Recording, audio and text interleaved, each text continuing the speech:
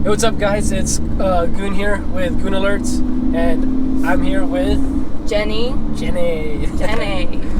Also known as Cryptomaniaq on Twitter with a Q instead of a C at the end. Yeah, she did that on purpose. So it's Cryptomaniaq, but the Q is just added to, like, it's a fun thing. Some people actually thought that I didn't know how to spell Cryptomaniaq, so just getting that out of the way.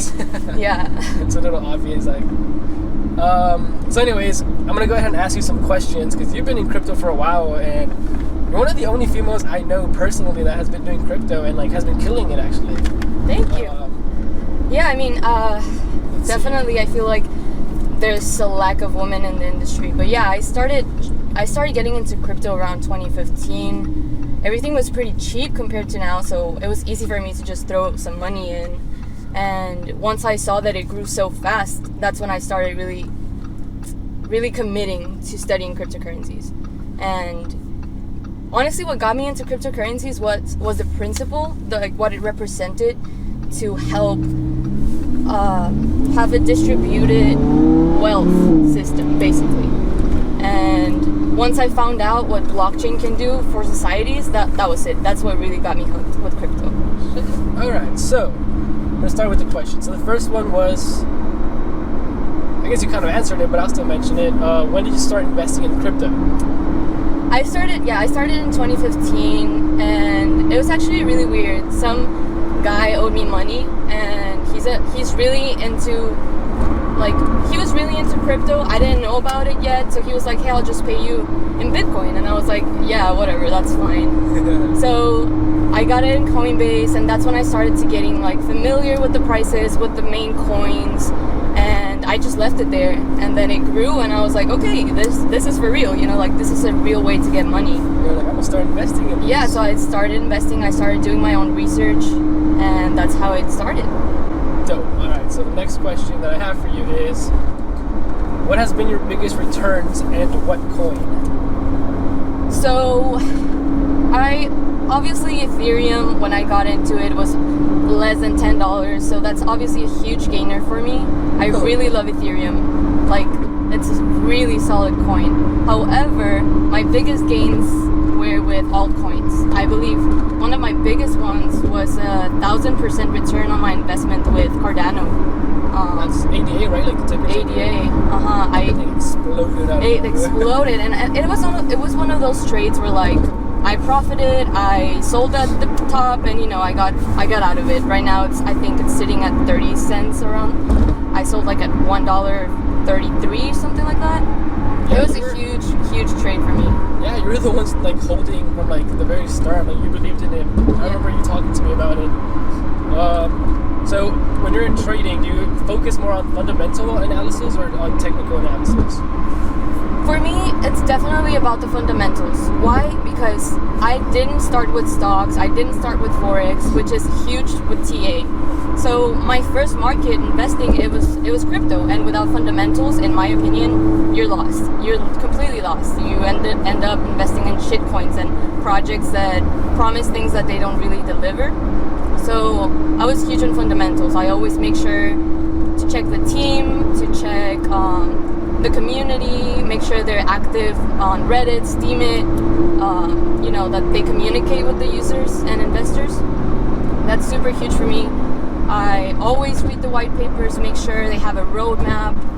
I enjoy that. I think if you are in crypto only for the money, you're missing out in huge technological advances. So definitely focus on fundamentals. Those are the people that take the most losses, the ones that are just in it because they think it's a get-rich-quick scheme type of thing, or yes, and they just look at patterns. In my YouTube videos, I mention this all the time. I never once look at a chart. You can look at all my videos right now on YouTube, and never do I once pull out a chart. I never I feel like that's good traders, and the ones that understand the market and tend to do good are the ones that focus on fundamental, not too much technical. Exactly, and people that focus on fundamentals are just better off, because when something crashes this hard, your investment it's 100% solid. You see it more as an opportunity to get more coins. Yeah, you believe in the project. They have a good team. It's a solid investment. Even if it drops 50%, you feel more comfortable with your money sitting there. And if you're only in for the money, as soon as it crashes, crashes, you're panic selling, you don't really know where the project is going, and that can cause a lot of uncertainty in investors. The only good thing, like for technical analysis users, is like if you're like scalping or day trading. But like I've mentioned before, and like it's happened with her, and like almost all the successful people I've known have made their money from like long-term holds, whether they were like up to from 3 months to 6 months, even like a whole year, rather than like day trading. I mean, I also make a lot of day trading, and I know you have, but it's not the same as holding. It's and like definitely not the same, and that's why holding is so important in crypto. That's where the true gains are. Yeah, hold on for dear life. That doesn't actually mean that, so it's just hodl, okay? It's just a typo. It's just a typo, yeah. But I like both meanings. They're both good. Hold on to dear life, and like the mistake that it was rude and wrong. Definitely. So this is a question that I like to talk about, and it's something that I just like to ask people because I'm curious to know what other people think, but I'm on both sides. I think it's possible and it's not. So do you think that a coin could surpass Bitcoin or like become like the number one coin? Just surpass Bitcoin in general? This is a really good question because it's so hard to answer right now since it's so early. Bitcoin right now seems like it's unreachable for all the altcoins, but I feel like there's a lot of factors that go into it. Like people just think Bitcoin. When they think crypto, they're like Bitcoin. So it's just a name. I honestly don't think it'll happen anytime soon, but there's always a possibility, especially in cryptocurrencies. So yeah, like if Bitcoin doesn't get seller adoption because of fees, things like that, it can start to debilitate its dominance. It's already debilitating it. I think right now they only have like a 34% dominance over the market, and it's been going down. And I think a better question would be, if a coin surpasses Bitcoin, which coin would it be? I'm gonna say Ethereum. Yes, dude, I love Ethereum. I love Ethereum because Bitcoin is so cool. I love it. It's a really solid currency. However, it's limited to that. It's a currency. And with Ethereum, that goes beyond currency. It goes beyond like whole blockchain and smart contracts. Yeah, and like it actually provides something. It's not just like a gateway. For me, Bitcoin was just like the gateway, and it just kind of always stayed there. Yeah. And it became like the coin to own to buy other coins, which I think is what also keeps the value very high. They buy Bitcoin to buy all these other companies. Yeah, and it's very interesting to see the transition from Bitcoin believers arguing that it's a currency, and then shifting to it's a store of value because of high fees. And there's definitely a lot of issues that need to be solved there. However, with Ethereum, it's so good. Like it provides a platform to build other tokens. It provides faster confirmation time, less fees. It's just, I think, even as a currency, it would work a little bit better than Bitcoin. And I think it's more flexible too with protocols like proof of stake and proof of work, which is why I think they're switching to proof of stake soon. So yeah, I think it's a more versatile coin. If some coin surpasses Bitcoin, I think it will be Ethereum. So I guess now that we're kind of like in the topic about blockchain and stuff and crypto in general, oh wow, they crashed. That sucks. Damn. That sucks. Damn. How do you think it'll benefit society, and like what do you see its future for like blockchain? Honestly, this is my favorite question regarding crypto. For me, cryptocurrencies are amazing. Like it's just really cool the way that they can help developing countries.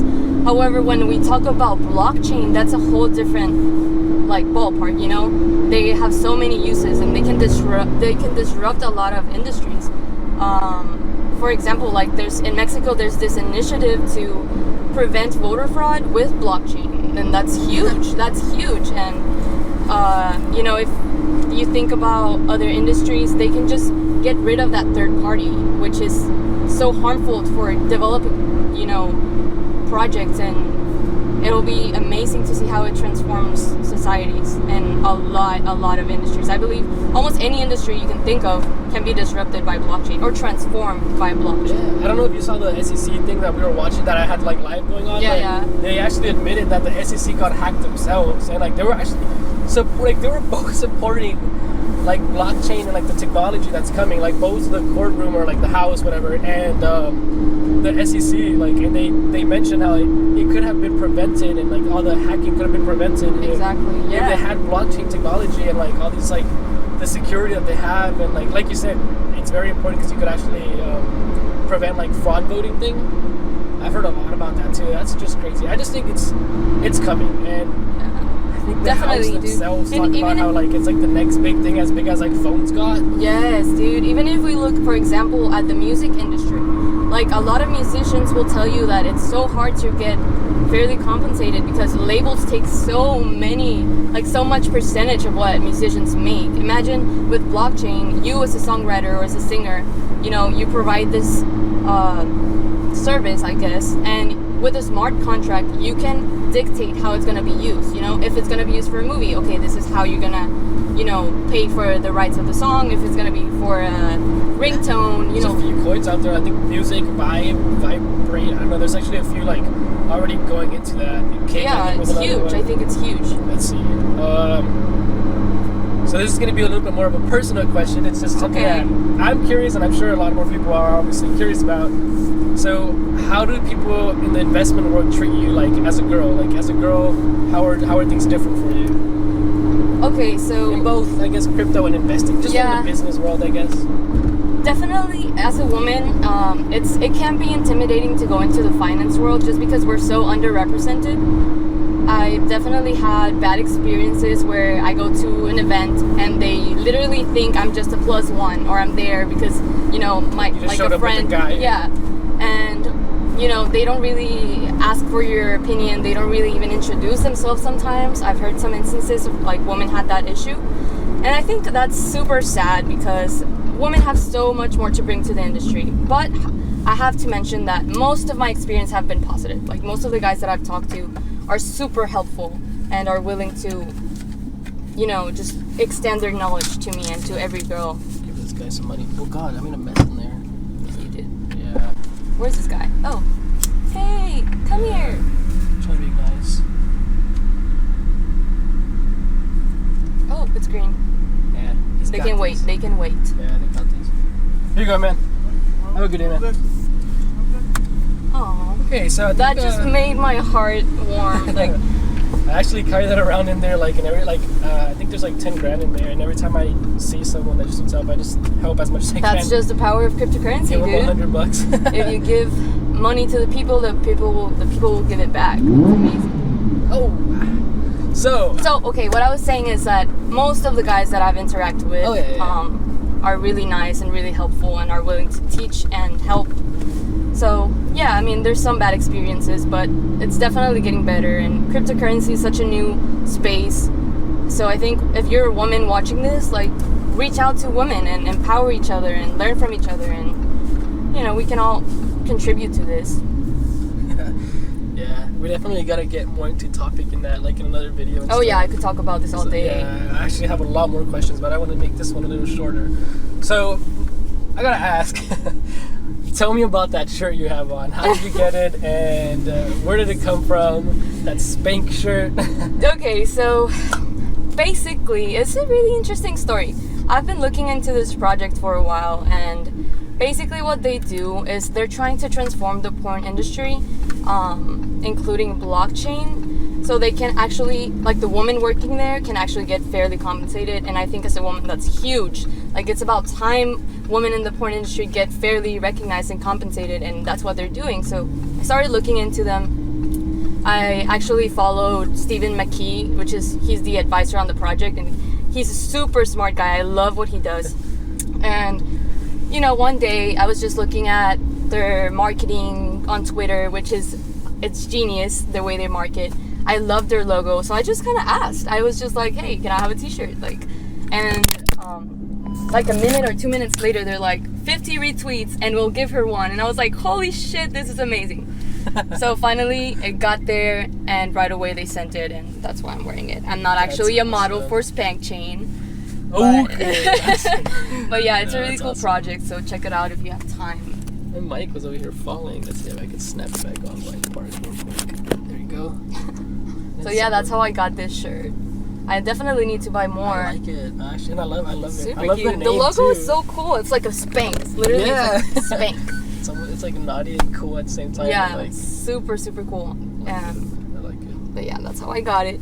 Super happy with their team. They actually offered me an internship. Like afterwards, they were like, "We're gonna need computer science internships," and I was like, "Yeah." I mean, they were super nice. So